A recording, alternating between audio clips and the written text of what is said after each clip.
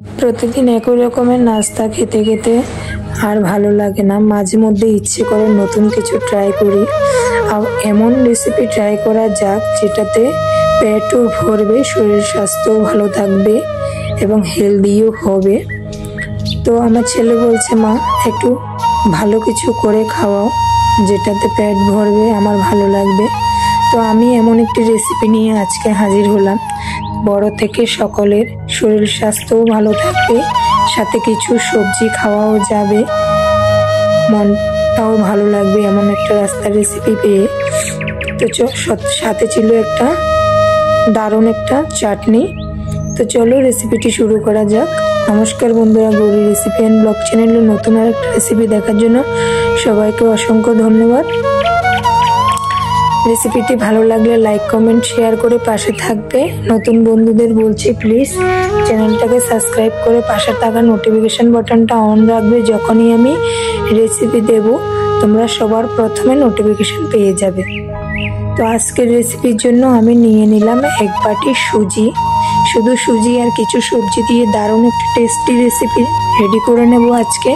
এটা সন্ধ্যাবেলায় হোক, সকালবেলায় হোক, স্কুলের টিফিন হোক, অফিসে হোক, যে কোনো সময় এটা করে দেওয়া যায়, সময়ও কম লাগে। তো আমি সুজিটাকে দিয়ে ব্লেন্ডারে দিয়ে দিলাম, দিয়ে এখন জল দিয়ে দিচ্ছি। জলটা অতটাও বেশি দেব না, কারণ ব্লেন্ডারটা ছোট, বেরিয়ে যেতে পারে। তাই জলটা 1 বাটি 1.5 বাটির কাছাকাছি দিলাম, দিয়ে একটু মিক্স করে নিলাম মিক্সিতে। দেখো ঘনত্বটা কেমন হয়েছে, এটা কিন্তু আরো ঘন হয়ে যাবে যখন সুজিটা ফুলে উঠবে। তো এখন আমি সুজিটাকে ঢেলে নিচ্ছি একটা পাত্রে। যদি বাচ্চারা শাকসবজি খেতে না চায়, এই রেসিপির মাধ্যমে সবজিও খাওয়ানো যাবে বাচ্চাদেরকে। ছোট থেকে বড় সবার এটা প্রিয় একটা রেসিপি। অবশ্যই তোমরা দেখে এটাকে নিজেরাই ঘরে করিয়ে নিতে পারবে। আর প্লিজ কেউ রেসিপিটা স্কিপ করে দেখবে না, আশা করি তোমাদের খুব ভালো লাগবে। এখন আমি একটা বড় সাইজের টমেটোকে এভাবে ছোট ছোট করে কেটে নিলাম, আর নিয়ে নিলাম একটা পেঁয়াজ, মিডিয়াম সাইজের পেঁয়াজকে একদমই ছোট ছোট করে কেটে নিয়েছি। সাথে নিয়েছি বরবটি, তোমরা চাইলে বিনস নিতে পারো, ক্যাপসিকাম নিতে পারো। তো আমি বরবটিটা ঘরে ছিল হাতের কাছে, তাই বরবটিটা নিয়েছি। আর নিয়েছি কিছুটা গাজর গ্রেট করে, নিয়েছি কিছুটা পরিমাণে ধনিয়া পাতা কুচি,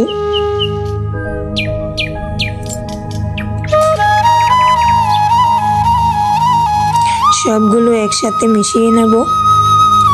তো একে একে আমি সবগুলো দিয়ে দিচ্ছি।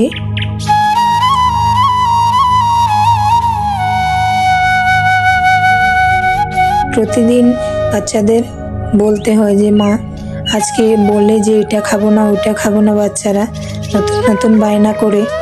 তো আনহেলদি তো কিছু খাওয়ানো যায় না, তাই নতুন নতুন কিছু রেসিপি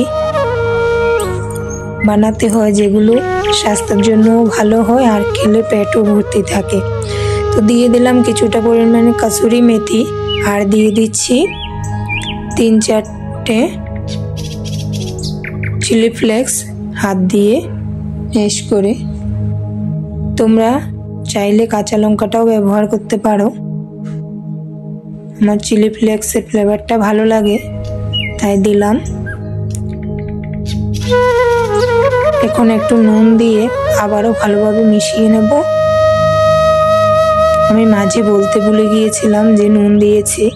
আমি কিন্তু এই রেসিপিটাতে কোনো সোডা বা কোনো বেকিং সোডা, ইনো কিছুই ব্যবহার করিনি। আর একটু পরিমাণে জল দিয়েছি। যখন ওটাকে বানাবো তখন যদি তোমাদের মনে হয় যে আরো জল লাগবে, তাহলে কিন্তু আরো জল দিতে পারো। ব্যাটারটাকে আমি সাইড করে ঢাকা দিয়ে রেখে দিলাম, দিয়ে এখন কিছুটা বাদাম, চিনে বাদাম ভেজে নিচ্ছি শুকনো খোলায়। তারপরে দিয়ে দিলাম ছোলার ডাল। ছোলার ডালটাকে আমি ভেজে উঠিয়ে নিয়েছি, বেশি ভাজা যাবে না, জাস্ট 2-3 মিনিট ভাজলাম একদমই চুলোর আঁচ কমিয়ে। দিয়ে দিলাম 4-5টা কাঁচা লঙ্কা, ঝালটা তোমাদের হিসাব মতোই দেবে। আর দিয়ে দিলাম 4-5 কোয়া রসুন, ছোট এক টুকরা আদা টুকরো করে। এখন জল দিয়ে একটা সুন্দর পেস্ট করে নেব। এটাতে কিন্তু আর জল মিশাতে হবে, এটা অনেকটাই ঘন আছে।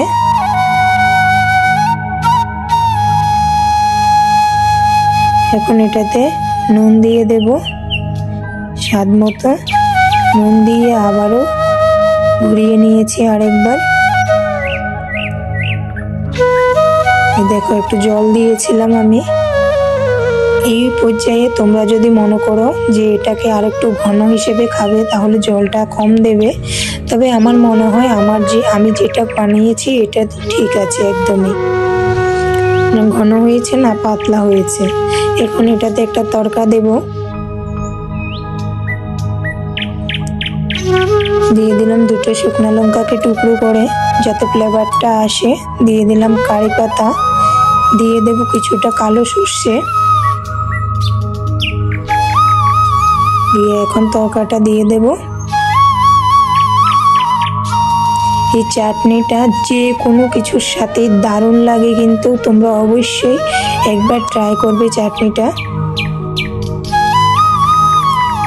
পরোটা বলো, রুটি বলো, যে কোনো স্ন্যাক্স বলো, সব কিছুর সাথে কিন্তু চাটনিটা ভালো যায়। তো বন্ধুরা দেখো অনেকটা ঘন হয়ে গেছে। এটা রেখে দেওয়ার পর আমি আবারও এটাকে একটু জল দিয়ে মিশিয়ে নিচ্ছি। আমি ঠিক যেমনটা চাই ব্যাটারটাও ওই সেরকমই করে নিলাম। আবারও একটু জল মিশিয়ে আমি একটা ফ্রাই প্যান নিয়ে নিয়েছি।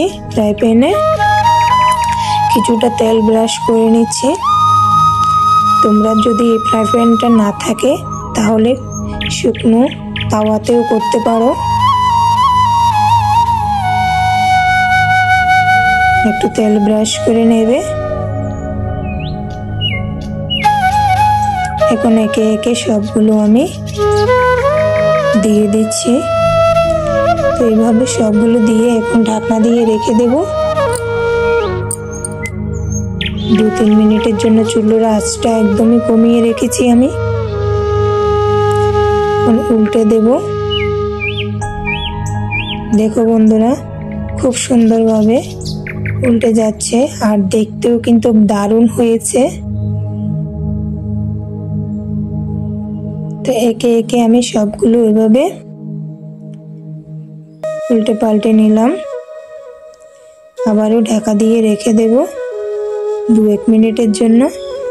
এ পর্যায়ে দেখো পুরো কি সুন্দরভাবে হয়ে গেছে সবগুলো। একে একে এখন আমি সবগুলো উঠিয়ে নিচ্ছি।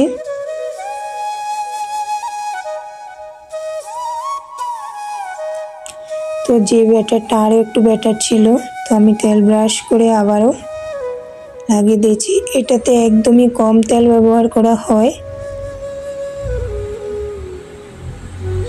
আমি জাস্ট উঠে আসার জন্য তেলটা ব্রাশ করলাম, না হয় কিন্তু তেল লাগে না। তো এভাবে আমি উল্টে পাল্টে আর বাকি যেগুলো ছিল এগুলোও নামিয়ে নিয়েছি।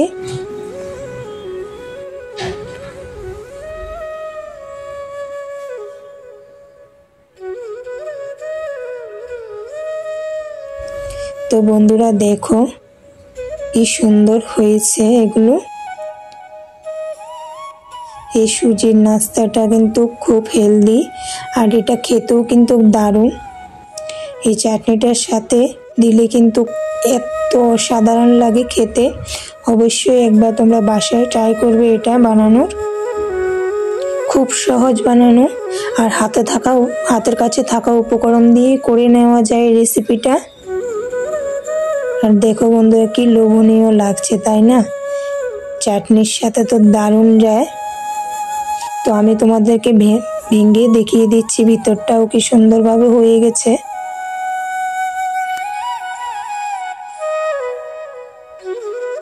সবগুলোই খুব সুন্দর হয়েছে।